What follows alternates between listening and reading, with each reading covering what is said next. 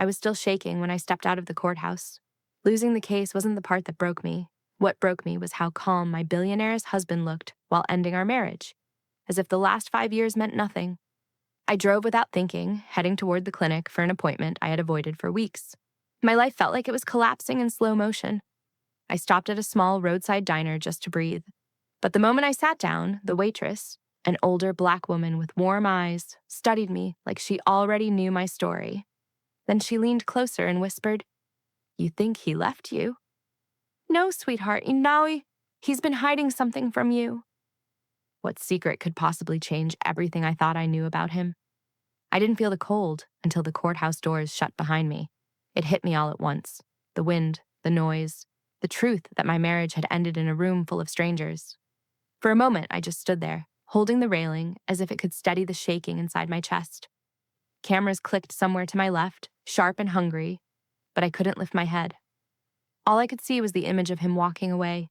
No hesitation, no backward glance. Just the quiet closing of a chapter I wasn't ready to finish. Someone called my name, but it sounded distant, swallowed by the morning traffic.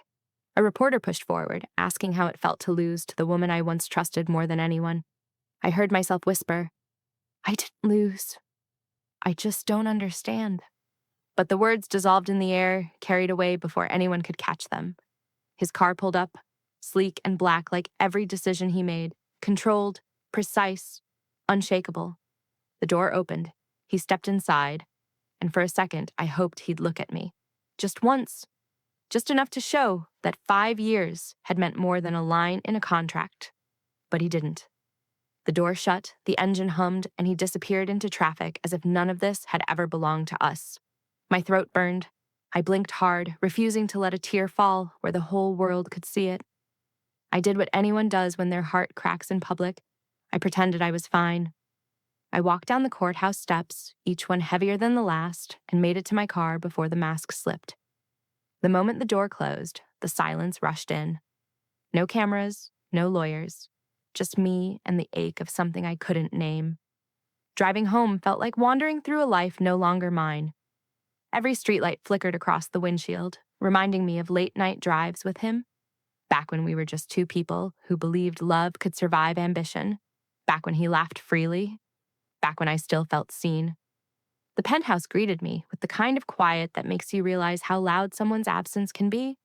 Boxes lined the hallway, packing tape half torn, labels written in my shaky handwriting.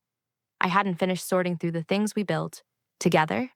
Pictures, gifts, pieces of a life that suddenly felt like museum artifacts. The air smelled faintly of his cologne, trapped in the corners of the home we once shared. I wandered from room to room, touching the back of a chair, the edge of the kitchen counter, the pillow he used to steal in his sleep. Each small detail felt like a goodbye I hadn't prepared for. My fingers brushed the side of the bed, and I remembered the way he used to wake before dawn, pressing a quiet kiss to my forehead before rushing off to meetings. At the time, I thought it was sweet. Later, I wondered if he was simply slipping away piece by piece. The settlement papers lay on the dining table, the pages too neat for the chaos they carried. I sat down, tracing the bold lines where his lawyers had cut through every promise we once made.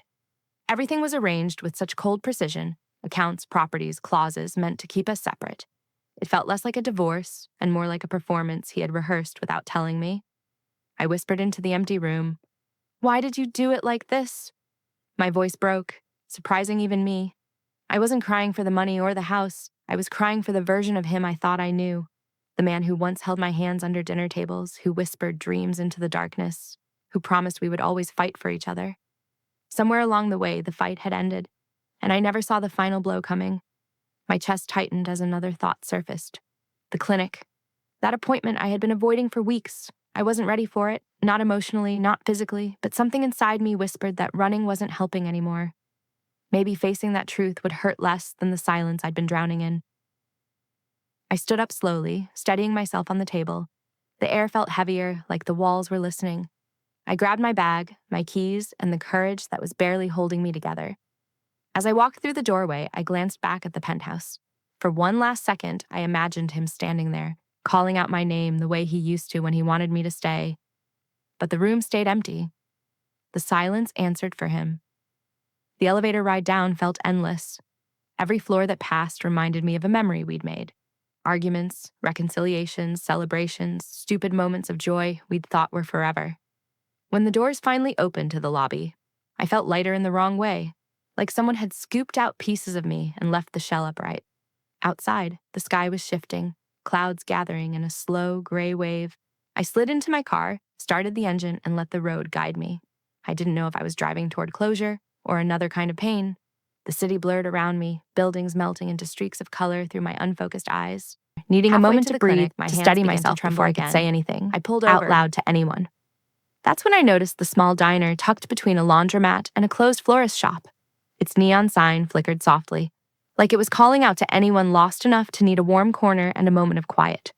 I hadn't planned to stop, but something in me whispered that I needed a pause before walking into whatever waited at the clinic. I turned toward the diner, unaware that stepping inside would unravel every belief I had about the divorce, about my husband, and about the truth he'd been hiding all along.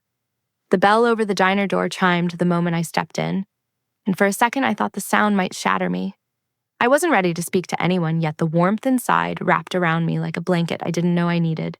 Steam curled from cups, the air smelled of butter and old stories, and soft music hummed from a radio tucked behind the counter. It should have felt comforting. Instead, it made the hollow space in my chest feel even bigger. A woman stood behind the counter, tall, dark-skinned, with eyes that looked like they'd seen every kind of heartbreak walk through these doors. She glanced at me once, and something in her expression softened. Without asking, she grabbed a menu and led me to a booth near the window. Her voice came gentle, steady. "Rough morning, sweetheart?" I tried to smile, but my lips barely moved. "Something like that." She studied me longer than a stranger normally would. Not intrusive, just knowing. Then she asked, "Coffee, or you want something a little stronger?" Her kindness nearly undid me. I swallowed hard and whispered, "Coffee's fine!" But my voice cracked, betraying me before I could hide it. She nodded and walked away, leaving me alone with the weight of everything I had been trying not to feel. My hands trembled on the table. The silver spoon rattled lightly against the saucer, and I quickly pressed it down to stop the shaking. Outside, cars passed, as if the world still made sense. Inside, my heart was a quiet storm. When the waitress returned, she set the cup down and didn't walk away. She folded her arms gently against the counter and tilted her head. "Want to talk?" I didn't. And yet somehow, I found myself nodding. "I signed divorce papers today." Her eyebrows lifted, not in surprise, but in recognition, like she'd heard that confession 100 times, but still respected the weight of it. "I'm sorry, sweetheart, that's never easy." Easy. The word tasted bitter. I wrapped both hands around the warm mug to steady myself. "He didn't fight for anything, not the house, not the marriage, not me. It was like he came prepared to lose." Those words hung in the air, and something in the waitress's face tightened. Not enough for a stranger to notice, but enough for someone desperate for answers to catch. I pushed on, as if speaking it aloud would make it make sense. He acted like every moment was planned, every word rehearsed, like he just wanted it over with. The waitress didn't respond right away. Instead, she reached forward and gently straightened the edge of my napkin, buying herself a second before she said, "People handle pain in strange ways." It wasn't a dismissal. It was a hint, and it landed heavier than the coffee cup in my hands. "I don't think he was in pain," I whispered. "I think he just didn't care anymore." Her eyes flicked up sharply, the first crack in her calm, but she smoothed it over as quickly as it came. She reached for my cup. "Let me warm that for you." When she walked away, I exhaled shakily. Something felt off. Not about her, about the way she reacted when I mentioned him. She returned with the refilled cup, but her whole demeanor had shifted. A careful hesitation sat behind every movement, like she was suddenly afraid of saying too much. She set the cup down and asked quietly, "What's his name?"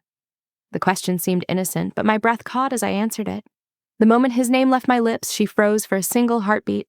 It was so small, so quick, that most people would have missed it entirely, but not me. Not today.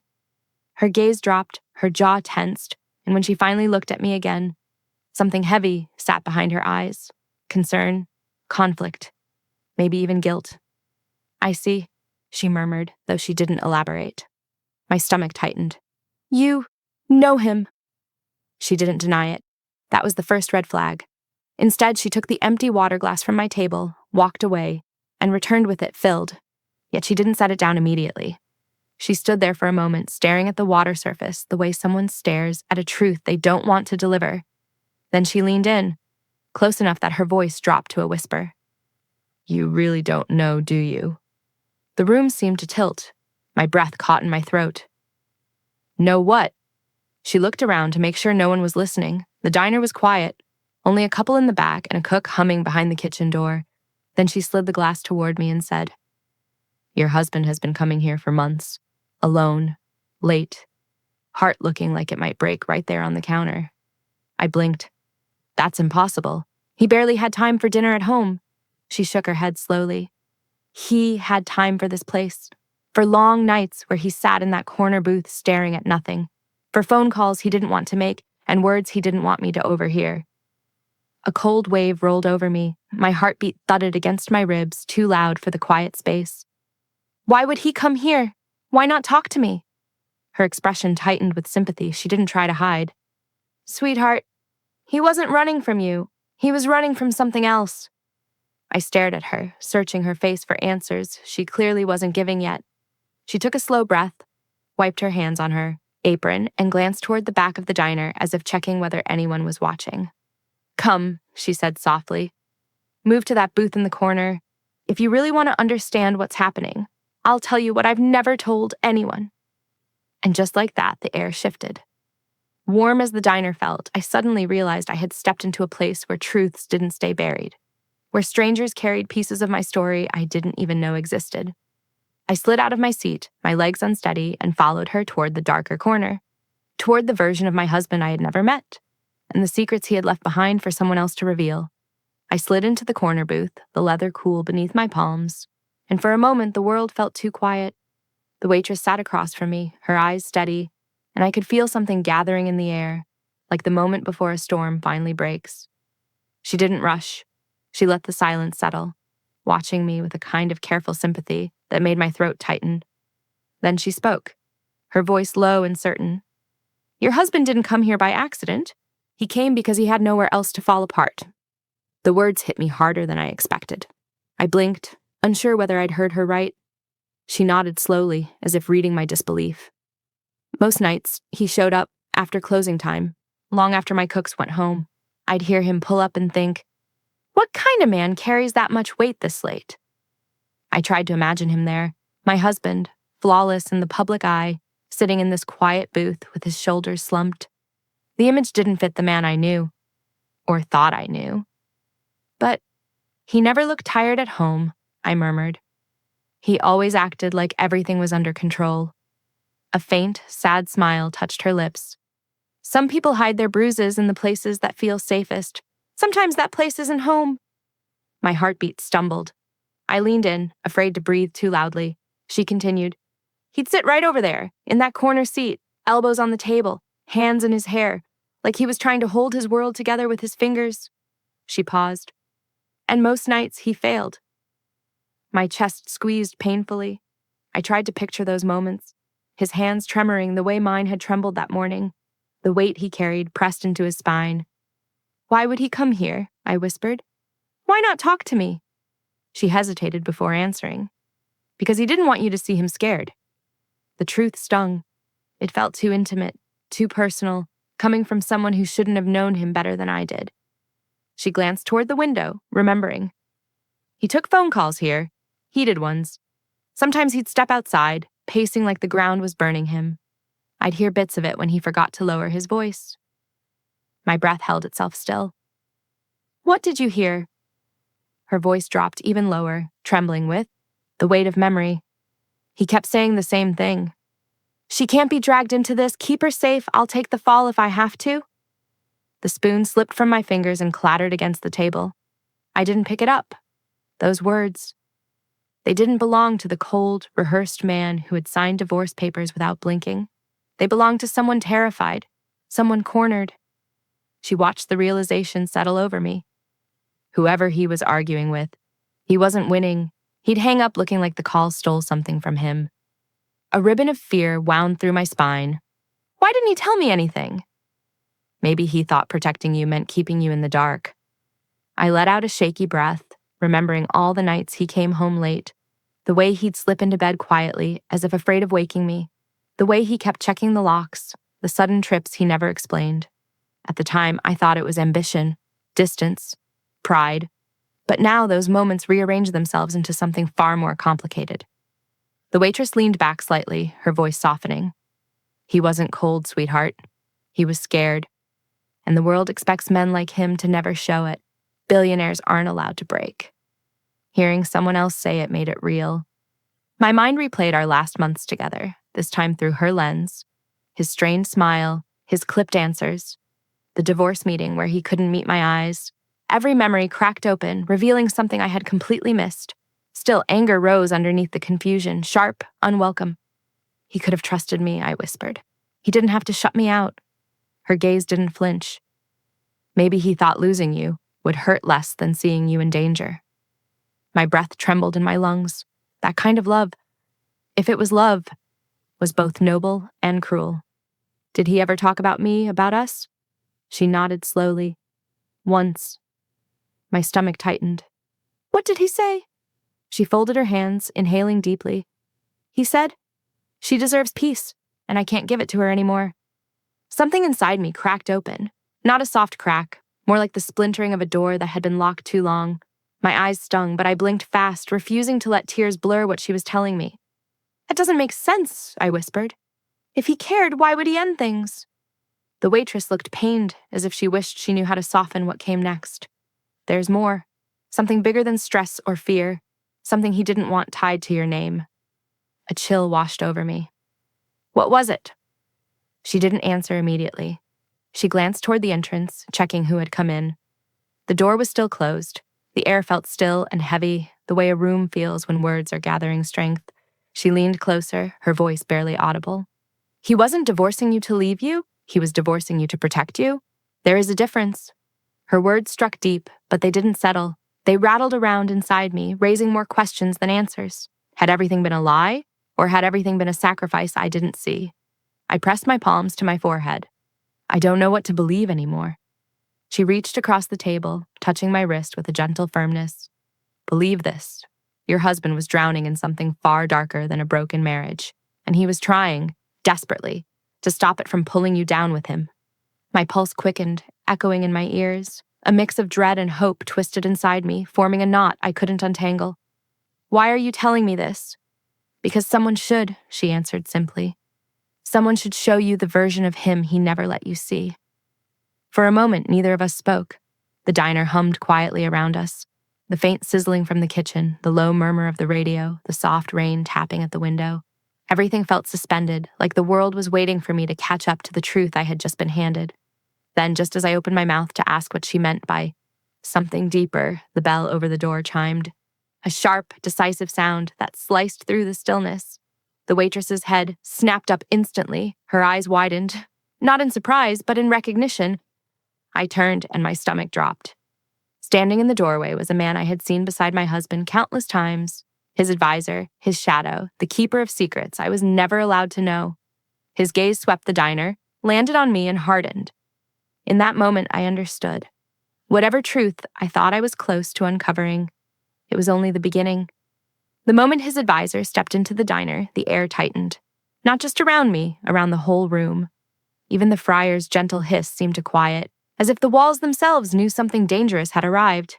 He spotted me instantly, his eyes narrowing with a mix of shock and urgency, and before I could speak, he crossed the floor in long, controlled strides. What are you doing here? He hissed, gripping the edge of the table like he was afraid I might vanish through it. You need to leave, now. His voice wasn't loud, but it carried a weight that made my pulse jump. The waitress stiffened, ready to step between us if needed. I held up a hand gently to stop her, then looked him straight in the eyes. I'm not going anywhere, I said. Not until someone tells me the truth. He exhaled sharply, dragging a hand over his face. This isn't the place. Then make it the place, I replied, because I'm done being kept in the dark. For a moment, he just stared, torn between loyalty and the panic simmering beneath his calm exterior. His suit, perfectly pressed as always, looked strangely out of place in this warm, dim booth. He lowered his voice. Your presence here, it puts you at risk. Do you understand that? The waitress stepped closer, her voice steady as steel. She's safer here than she's been anywhere else. He shot her a glare. You should have never spoken to her. She didn't flinch. Someone had to. The tension between them pressed against my ribs. I leaned forward, my voice barely above a whisper. If I'm in danger, tell me why. Tell me what he's been hiding. His jaw tightened, a muscle twitching beside his ear. He didn't want you involved. That was the whole point. The whole point of what? I asked. Destroying our marriage? Something cracked in his expression. Not guilt. Fear. Real fear. He sat down across from me, shoulders sinking just slightly, the fight draining from his posture. Your husband didn't divorce you because he stopped caring. He hesitated. He did it because he cares too damn much. The words didn't make sense. Not yet. My fingers curled around the edge of the booth. Explain, I said quietly. All of it. He glanced around the diner, lowering his voice even further. His company has been under attack for months. Legal traps, financial sabotage, coordinated moves meant to break him from the inside. I frowned. Why didn't he tell me anything? Because you were the target, he replied. Not him. The diner seemed to tilt. My breath faltered. What do you mean I was the target? He leaned in, eyes hard with truth he wished he didn't have to say. His enemies knew they couldn't break him publicly. Not with his reputation, not with his resources. But you, he swallowed. You were the one thing they could use to turn him into a weapon against himself. I felt the blood drain from my face. They wanted to hurt me to get to him. They wanted to destroy you, he corrected softly. Because losing you would destroy him. The waitress exhaled sharply, like she'd known pieces of this, but not the full picture. I pressed a trembling hand to my mouth, refusing to let panic swallow me. So, the divorce? An act, he whispered. A shield. He cut legal and financial ties so you couldn't be dragged into the storm. If they tried to freeze accounts, seize assets, leak stories, you'd stay untouched. Off limits. A cold ache spread through my chest. All those moments he seemed distant, controlled, unreachable. He was pushing me away to protect me. The advisor nodded once, even though it tore him apart. My eyes burned. I remembered the blank look on his face in court, the way he wouldn't meet my eyes, how he seemed carved from stone. I had taken it as cruelty, indifference. Now it felt like something much heavier, like a man holding a shield that was killing him piece by piece. I whispered, barely audible. Why didn't he just tell me? I could have helped. The advisor shook his head. He thought telling you would make you a target.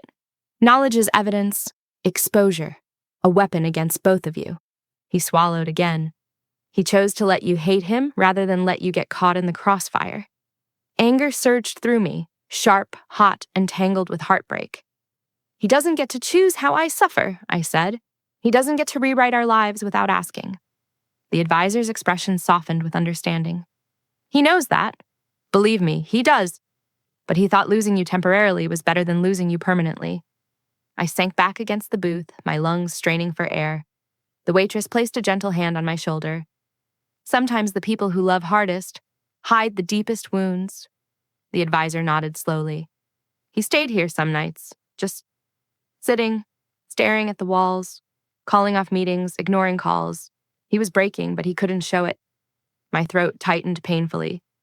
Why did no one tell me? Because he made us promise, wait, he said. He begged us to protect you from knowing. The room blurred. I felt anger, sorrow, guilt, all tangled. So what now? I whispered. What am I supposed to do with this? He looked at me with something close to pity. Stay away. If you care about him, if you care about yourself, stay out of this fight. But even as he said it, I knew I wouldn't. Something inside me shifted, quiet but unshakable. I had spent months watching my marriage crumble, thinking love had died when really, he had buried it to keep it safe. I sat up straighter. Where is he? The advisor froze. You don't want to get involved. I'm already involved, I said. You all made sure of that. The waitress nodded, supporting me with a calm certainty. She deserves answers from the man himself. He looked between us, realizing he had lost this battle. He sighed deeply, defeated. He's at a private residence, preparing for the worst-case scenario. A chill ran through me. Take me to him. He hesitated. I didn't blink. He finally nodded once. I'll drive, but once you see him, you'll understand why he did everything he did. I stood slowly, my legs unsteady, but my resolve anchored. The waitress squeezed my hand gently. Be brave, sweetheart. Truth hurts, but it frees you too. As I followed the advisor toward the door, the diner bell chimed again, soft, echoing like the closing of one chapter and the dangerous beginning of another. I stepped into the cold air with one thought burning through the confusion and heartbreak.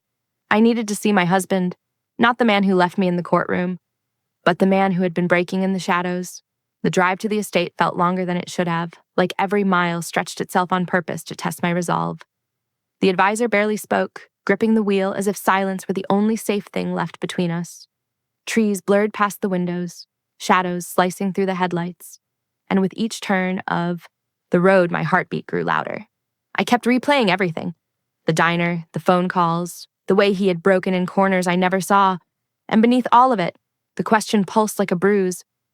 What will I see in his eyes when he sees me? When the gates finally came into view, tall and guarded, my breath caught. Armed security lined the entrance, scanning every car, every movement. This wasn't protection, it was preparation for war. The advisor lowered his window and muttered my husband's name. The guard's eyes flicked toward me, filled with a brief recognition, then confusion, then worry. But he opened the gate without a word. The estate loomed ahead, quiet, isolated, lights glowing only in a few windows. Controlled chaos hung in the air. People in suits whispered urgently into phones, papers scattered across tables, and attention clung to every surface like dust. This was the world he'd been drowning in. This was the world he kept me out of. When I stepped out of the car, the cold hit me first. Then the realization that every person outside suddenly stopped what they were doing and stared. Not with judgment, with something closer to shock. And then he appeared. My husband stood in the doorway, framed by warm light, but he looked like a man made of shadows. His hair was slightly undone, his tie gone, his sleeves rolled up as if he had been fighting battles that didn't end. His eyes were tired, older somehow. But when they found me, everything in him froze. He whispered my name like it was a memory he hadn't allowed himself to speak aloud. What are you doing here? I took a step closer, my heart pounding. I came to hear the truth. From you. For the first time since the divorce hearing, he looked unguarded, not powerful, not cold, just a man unprepared to face the consequences of his own choices. You shouldn't be here, he said, voice strained. It's not safe. Then tell me why, I demanded. Tell me what I wasn't supposed to know. The advisor cleared his throat awkwardly, but my husband raised a hand, silencing him without looking away from me. He motioned for me to come inside, and I followed, each step heavier than the last.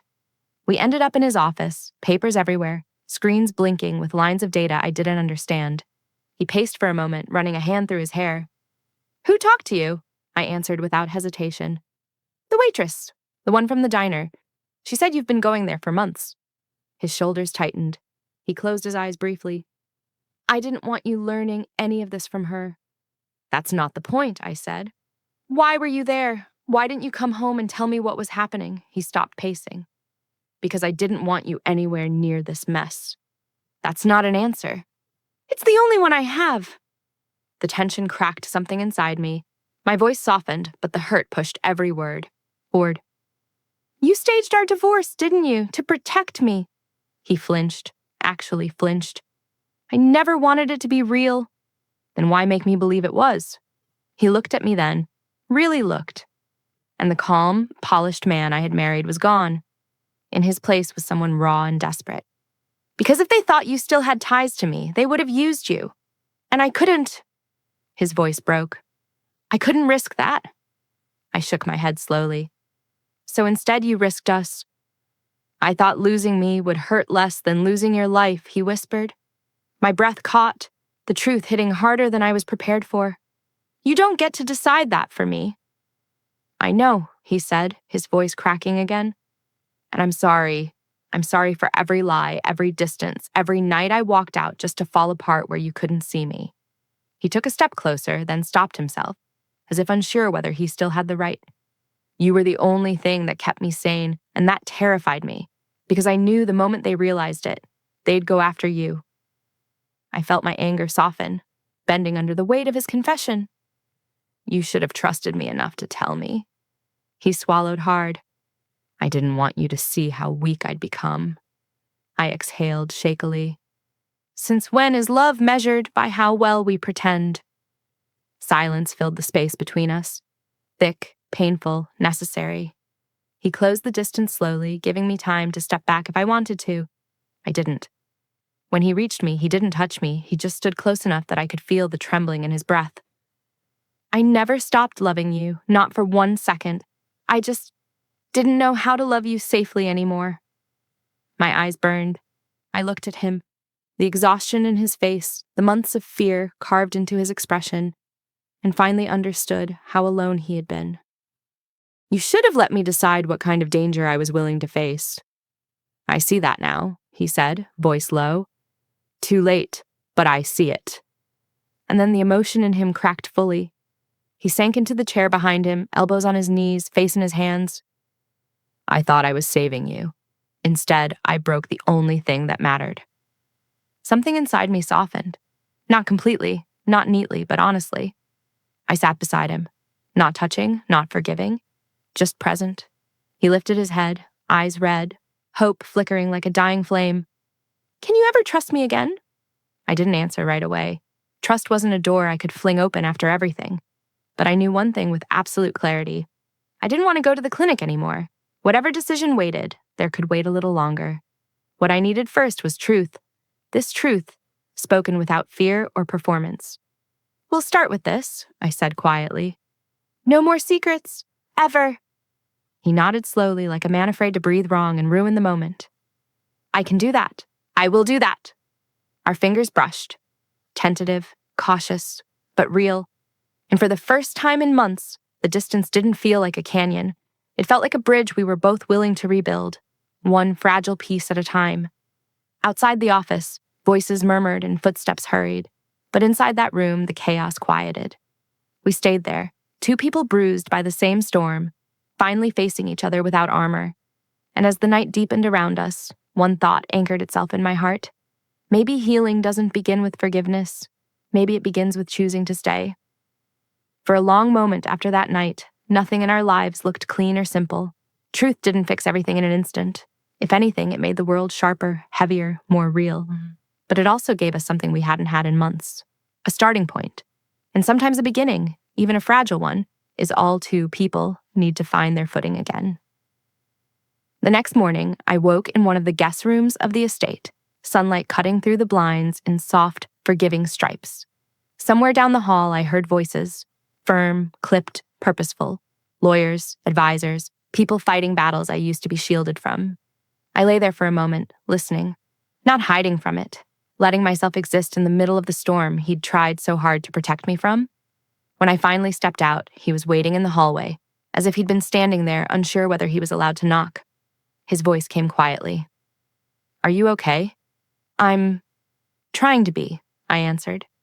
And that was the first honest exchange we'd had in months. He didn't force a smile. I didn't pretend to be fine. It felt like a small, necessary truce. We walked into the study together, and for the first time, he didn't try to push me out of the room when strategy discussions began. Instead, he pulled out a chair for me. A simple gesture, but it cracked open something inside him, and inside me. He explained things slowly, letting me see the pieces he'd hidden. The sabotage, the lawsuits, the traps disguised as opportunities. I listened, not as a bystander, but as someone learning to stand beside him again. The waitress, our unexpected anchor in this story, agreed to testify about the overheard calls. She came to the estate one afternoon, wearing the same gentle smile she'd worn when she first poured me coffee. You two were meant to weather this together, she said as she set down her coat. Even if the storm didn't start that way. My husband gave her a look I'd never seen him give anyone. Gratitude stripped of pride. Thank you, he said softly, for protecting her when I couldn't. She shrugged, but her eyes warmed. Love makes fools of us all. The good kind of fool if we're lucky. Weeks turned into months. The attacks weakened as evidence surfaced. Secret recordings, financial trails, corrupt players exposed in places where they thought no one was watching. Each victory was small but vital, like stepping stones across a river that had once felt impossible to cross. And with every step, we learned something new about how to be together without hiding. He began sharing things before they could become problems. Numbers that didn't add up, board members who seemed suspicious, nights he felt overwhelmed. And I learned not to take his silence as rejection, but as a signal to reach for his hand instead of retreating into doubt. Our healing didn't come from grand gestures, but from the quiet, everyday choices that slowly rewired the way we existed around each other. We rediscovered intimacy in the smallest ways, in the way he brewed my coffee before his own, in how I'd leave little notes on his desk reminding him to breathe. In the evenings, we spent walking through the estate gardens, speaking about nothing and everything. One night, while sorting through old files, he paused and looked at me with an unreadable expression. "You know," he said, "I thought losing you would break me. But seeing you sit here now, choosing to stay, it heals things I didn't think could heal." I reached across the desk, brushing my fingers against his. "Then stop trying to fight battles alone." He nodded, almost boyishly, like someone learning a new habit. "I'm trying." As for me, I started rediscovering myself in ways I had forgotten were possible. I took a consulting job for a small nonprofit, something I'd always wanted to do but never made time for. The work gave me a kind of independence I hadn't realized I'd missed, a sense of self not defined by being his wife or his shadow. He supported it fully, even arranging his meetings to make sure he could drive me on my first day. "You're allowed to have your own world," he said gently. "I need to learn how to share you with it." The worst of the legal battles eventually passed, not in a triumphant blaze, but in a slow unraveling of lies and betrayals. Justice didn't arrive with applause. It arrived quietly, through documents signed and threats neutralized, leaving behind a rare kind of peace, one built, finally, on truth. And then one evening, months after everything unfolded, he asked, "Do you want to go somewhere with me?" He said it shyly, like a man inviting someone on a first date. I agreed without asking where, letting him guide me into the car and down familiar roads. When he pulled into the diner parking lot, I felt a warm, unexpected tug in my chest. The neon sign flickered the same way it had the day everything began. Inside, the waitress was wiping down a table. She looked up, and the smile that lifted her face was the kind that belonged to someone who already knew every part of our journey. "Well," she said, placing a hand on her hip, "look at you two."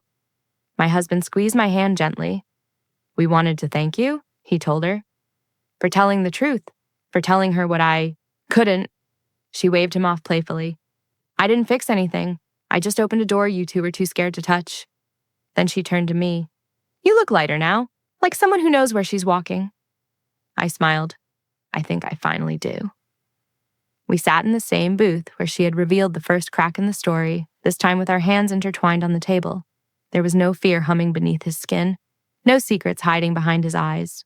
He looked at me not as someone he needed to protect from the world, but as someone willing to face it beside him. That difference, small as it seemed, was everything. As we left the diner, I paused at the door, taking in the scent of coffee, the warmth of the lights, the soft hum of lives unfolding around us. This place had held my grief once. Now it held our rebuilding. Outside, he wrapped an arm around me gently. "Thank you for not giving up on us," he murmured. I leaned into him. "Thank you for finally letting me in." And as we walked toward the car, I realized something simple, quiet, and profound. Truth doesn't just save relationships. It frees them, so they can grow into something stronger than fear, deeper than silence, and more honest than the stories we tell ourselves when we're hurting.